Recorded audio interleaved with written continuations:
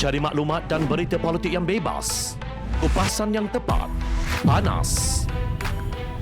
Dapatkannya secara eksklusif hanya di Jom Channel. Komitmen kami, pentasan berita Isnin hingga Jumaat. Berbicara dan isu semasa, kami garapkan secara langsung. Panel-panel berkaliber dan profesional. Interaktif, pandangan anda kami raikan. Jangan lupa bersama kami di setiap hujung minggu dalam edisi khas mingguan. Jom Channel, moving forward, sharing a new experience.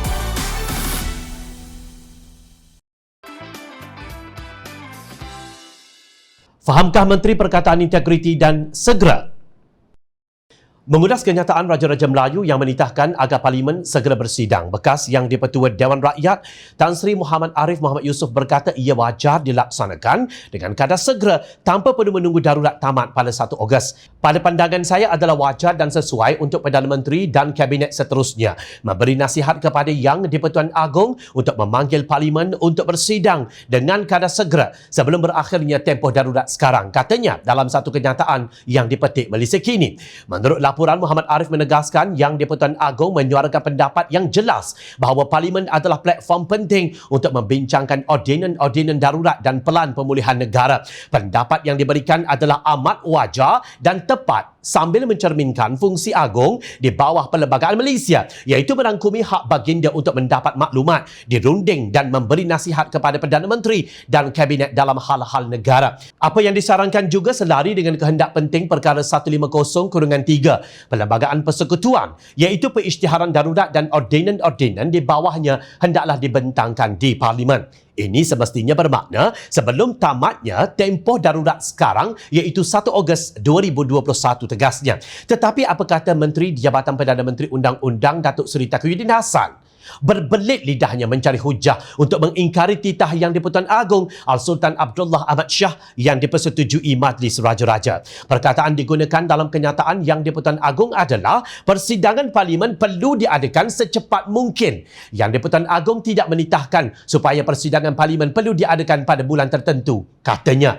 Beliau berhujah bahawa Perdana Menteri Tan Sri Muhyiddin Yassin berkata Parlimen akan bersidang pada bulan September atau Oktober. Sekarang kita sudah hampir penghujung Jun. Selepas ini Julai, Ogos, September sudah hampir. Pasti persidangan akan diadakan. Yang di-Pertuan Agong titah bincang isu COVID-19. Jadi kita fokus tentang COVID-19.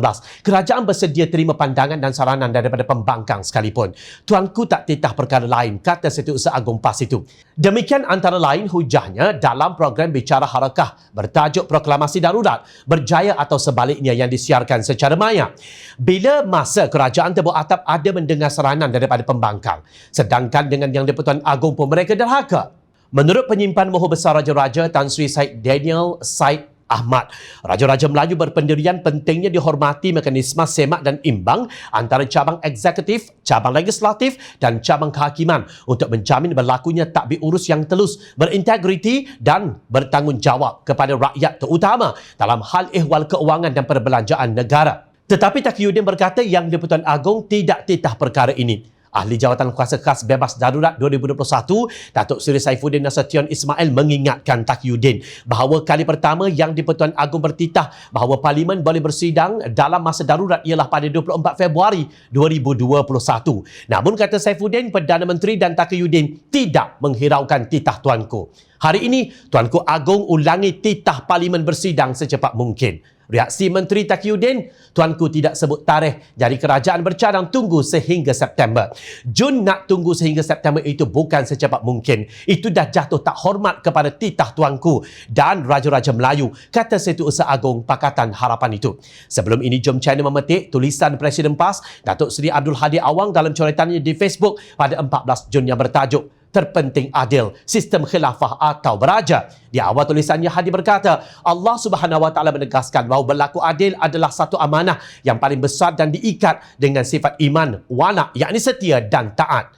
Dalam tulisan yang dipagari dengan ayat-ayat dari Al-Quran itu, Hadi bersyarah bahawa rakyat hendaklah taat kepada pemerintah sama ada raja dan khilafah. Di hujung rencananya, beliau mencemuh pihak yang tidak dinamakannya. Maka mereka yang cuba merungkai sistem beraja wajib ditentang habis-habisan kerana mereka laksana makhluk perosak, tikus yang membaiki labu. Siapa sebenarnya yang merungkai sistem beraja? Dengan hujah kononnya yang di-Pertuan Agong perlu mendengar hanya nasihat kabinet di waktu darurat. Sedangkan baginda sepatutnya mendengar nasihat Jawatan Kuasa Khas Bebas Darurat 2021 yang dilantik oleh baginda sendiri.